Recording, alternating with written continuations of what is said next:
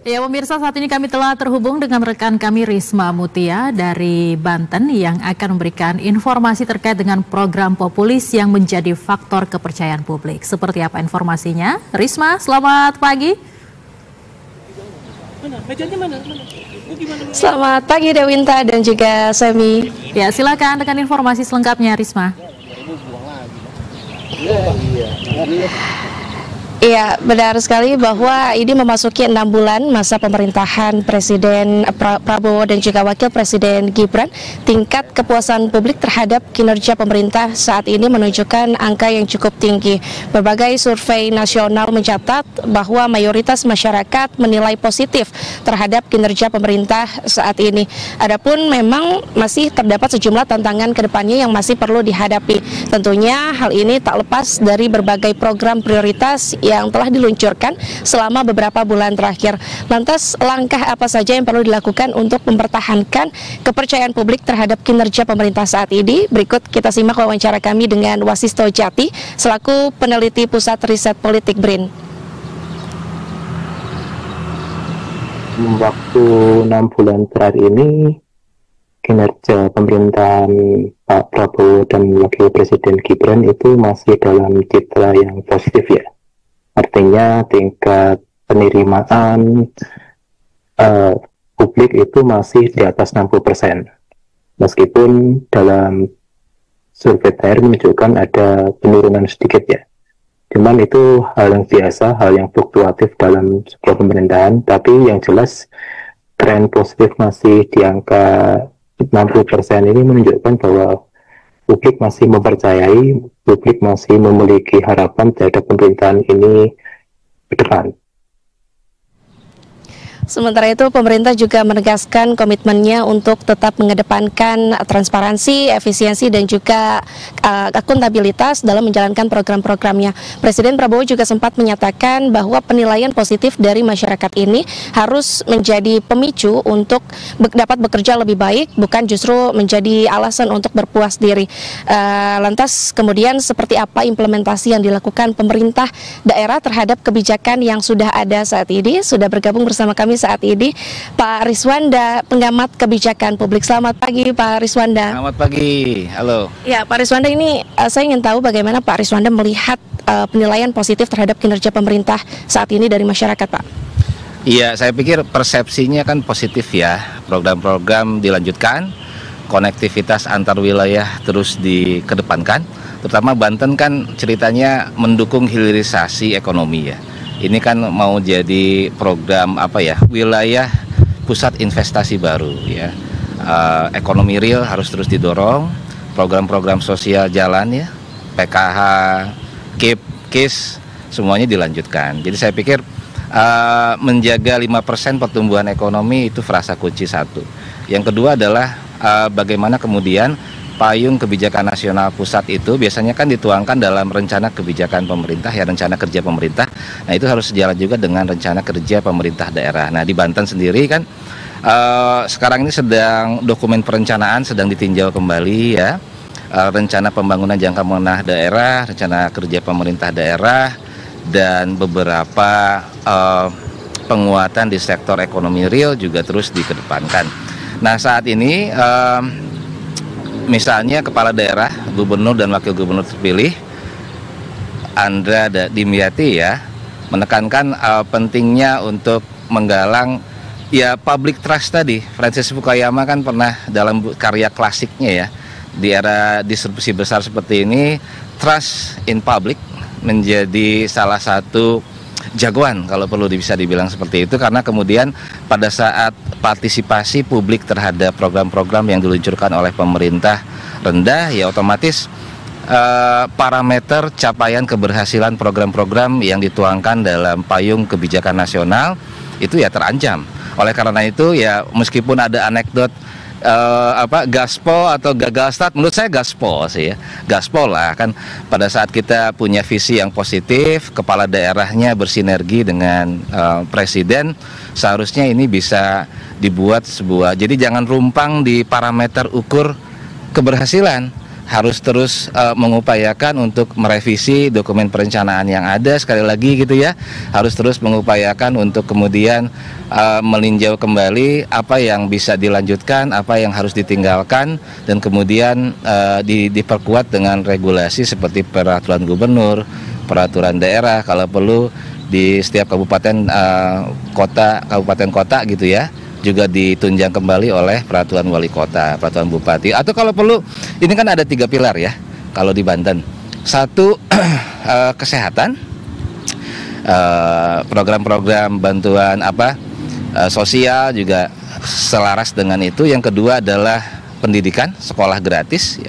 Bahkan di sini mau lihat sekolah rakyat, sekolah tani gitu ya, kampus tani. Lalu yang ketiga adalah infrastruktur desa. Jadi bagaimana konektivitas antar wilayah perdesaan, sinergitas antara kepala daerah provinsi dengan kepala desa, itu juga jadi salah satu kunci andalan. Baik, ini berarti bicara terkait sektor yang ada di ini ya Pak, yang menjadi faktor kunci menjadi penilaian positif dari masyarakat. Lantas sebetulnya 3 pilar yang tadi disebut ini mungkin boleh diperjelas lebih dalam lagi Pak? Iya, 3 pilar ini kan sebetulnya bicara dari hasil evaluasi berkala ya pemerintahan sebelumnya. Jadi estafetnya ya harus smooth juga. Menurut saya parameter terdahulu, artinya capaian terdahulu, termasuk kemudian kondisi existing, konseptualisasi realitas pembangunan yang ada juga harus ikut dipertimbangkan, termasuk kemudian proyeksi atau estimasi daripada capaian pembangunan yang akan diprogramkan gitu sebetulnya. Tapi kalau dari sisi masyarakat sendiri, ini bagaimana tingkat kepuasan dari publik Pak menilai 3 pilar tadi? Masih terlalu embrio ya untuk kemudian keluar dengan statistik saya pikir, tapi paling tidak 6 bulan pertama ini kan orang cukup happy lah ya dengan beberapa program lanjutan. Ya, uji coba makan siang bergizi gratis kan memang menuai perdebatan. Tapi paling tidak kan ini mendukung juga, salah satunya adalah stunting gitu ya. Bagaimana kemudian kita juga bicara soal pembangunan manusia. Karena kan selama ini rasanya fokus masih terlalu kepada pembangunan fisik ya, pembangunan manusia kemudian sedikit terlupakan. Nah, salah satu yang menjadi tekanan menurut saya adalah pembangunan manusia juga bagaimana aspek-aspek kearifan lokal gitu ya, kalau bahasa klasiknya kan seperti itu ya, terakselerasi. Jadi kesimpulannya saya pikir akselerasi semua aspek ya, politik, sosial, ekonomi, budaya, hankam. Karena kan rasa aman juga bisa mendorong investor untuk happy ya. Terutama kan Banten punya wilayah industri seperti Cilegon. Lalu kemudian ini juga ferry-ferrynya Jakarta dan seterusnya. Pak, tapi dari beberapa faktor yang menjadi penilaian masyarakat, ini sebetulnya tantangan yang masih dihadapi oleh pemerintah ke depannya seperti apa sih Pak? Ya, terutama global crisis ya. Ini kan kalau sedikit mau keren kan era revolusi industri 4.0 dan era society 5.0, di mana kemudian semua orang bisa menjadi sumber informasi. Nah, tantangan utama yang harus dihadapi pemerintah adalah framing positif sebenarnya seperti ini.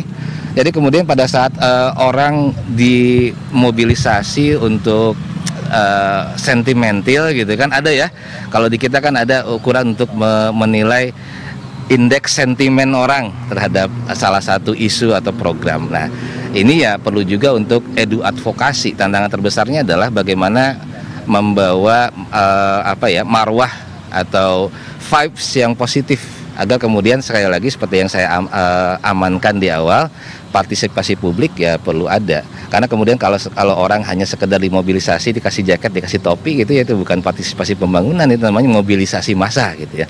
Nah, saat ini sebetulnya Presiden Prabowo gitu ya, sudah cukup praktis ya. Jadi taktis strategis kan beliau ya. Sejalan dengan kepala daerah kita di Banten gitu ya, cukup taktis strategis dan juga kalau perlu praktis, tapi kemudian tidak melupakan konsep dasarnya apa. Karena pembuatan visi misi kan juga tidak melulu soal wacana ya, tapi bagaimana secara taktis gitu ya, dan kalau perlu strategis mencapai itu dengan tolak ukur yang tepat. Terakhir Pak Riswanda, jadi langkah apa yang perlu dilakukan ke depannya supaya penilaian positif dari masyarakat ini tetap dipertahankan Pak dari kinerja pemerintah saat ini? Satu adalah edu advokasi ya. Saya tidak begitu happy dengan kata sosialisasi ya, tapi edu advokasi. Bagaimana publik itu teredukasi dan juga teradvokasi gitu ya, untuk melihat pemerintahnya sebagai payung program, dan di situ adalah ruang partisipasi. Yang kedua adalah transformasi digital harus terus lanjut, karena kan efisiensi juga sangat didukung oleh transformasi digital yang bukan hanya transfer teknologi ya, teknologi secara gadget gitu ya, upgrade PC gitu dan hal lain, atau mobil listrik dan sebagainya, tapi digitalisasi ini sebenarnya inginnya transformasi dalam mindset yang digital. Contoh gitu ya, ini kan era video conference toh gitu ya, jadi presiden tepat hal-hal perihal yang bisa dilakukan secara long distance ya, kenapa enggak gitu. Yang ketiga adalah bagaimana media ya seperti TVRI saat ini juga dilibatkan untuk membuat framing yang positif ya. Ya why not ya, influencing, buzzing ya perlu memang ya. Itu sudah dilakukan di banyak negara berkembang dan and it works gitu. Jadi masyarakat perlu feel it gitu, bahwa pembangunan juga milik kita, bukan cuma milik pemerintah. Baik, terima kasih Pak Riswanda atas waktunya. Selamat melanjutkan tugas kembali. Dan itu dia Dewinta, Semi dan juga saudara wawancara kami dengan Riswanda selaku pengamat kebijakan publik. Jadi memang dalam 6 bulan pemerintahan Presiden Prabowo dan Wakil Presiden Gibran ini kita lihat bahwa fondasi yang kuat dalam menjalankan program-programnya, khususnya program prioritas yang dapat menjaga stabilitas nasional. Sementara demikian Dewinta, Semi yang dapat kami laporkan. Kami kembalikan ke studio.